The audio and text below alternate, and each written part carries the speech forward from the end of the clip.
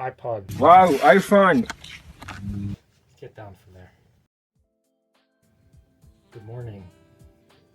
So, this is my iPod, and it is iPod third generation with a 3000 milliamp battery and 128 gigabytes of storage. So let me show you how I did this, since there aren't a lot of videos documenting modding the third generation for some reason.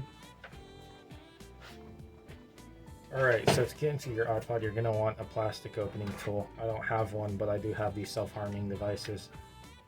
You can kind of see where I've already been in here, but I don't really know if that's a good starting spot because there's like connectors up here, and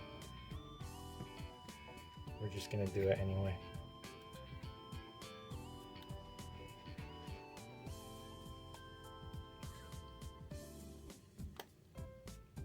So in order to open these clips, you want to pry in and then up, like that. I wouldn't recommend a razor blade, but if it's what you have on you, it'll work. If you're really careful, it won't scratch the iPod. Now, when you get this far, there's going to be a connector here. You're going to want to carefully unplug that. It's not uncommon for these connectors to come apart. And there we go. But let me show you what I have going on inside of here. So, I've got it fully disassembled, kind of, and I will link all the parts in the description so that you can replicate this setup. So this is the flash mod process on its own. This brown part, this is OEM, and then on here there's a green board, which I'll link in the description. There are some pins on the back that like to poke out. You can see an indent from them because they're still long, but they don't poke all the way through.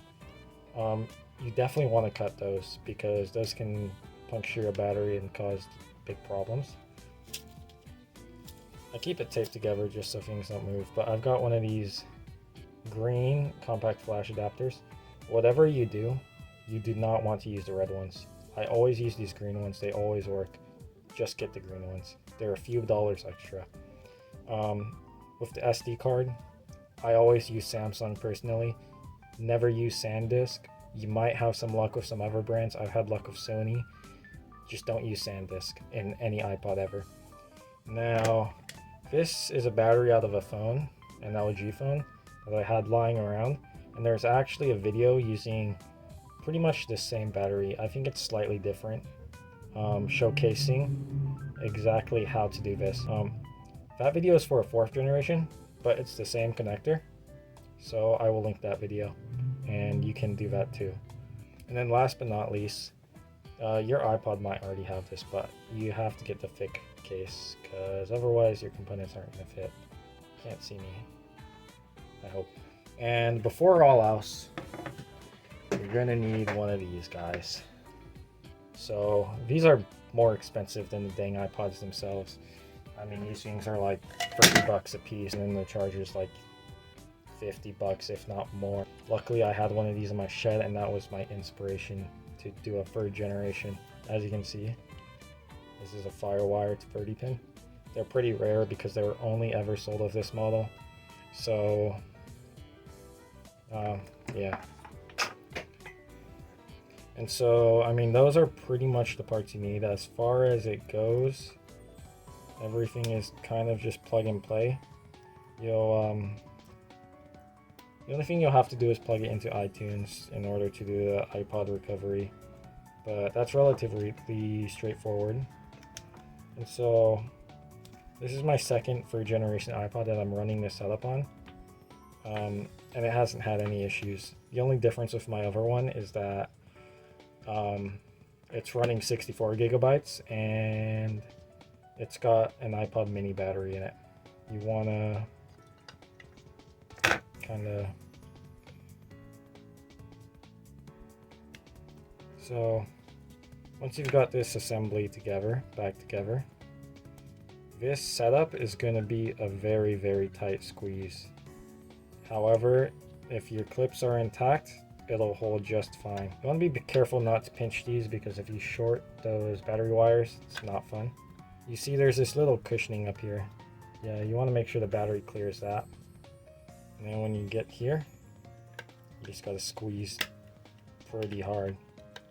It's kind of scary, but if all went well, it all should fit.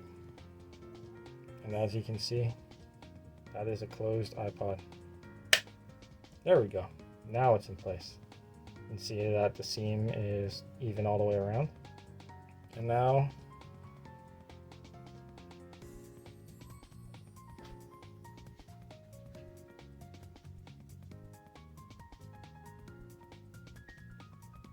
and I forgot to do something, so we're gonna have to open this up again, and I'm gonna show you what I missed. What I missed is the hold switch. You want to make sure the hold switch is in the same position as when you install this case. So I have it on hold. This one the case kind of settles on not hold, so I'm gonna set it's not hold. And then when we squeeze it together, oh, there we go. Now you can see. Let's turn on the backlight. See, the hold is working, and so I will do a battery test on this. I'll probably compare it to my Mini while I'm at it. So there you go. That's everything you need. As I said, all the parts will be in the description.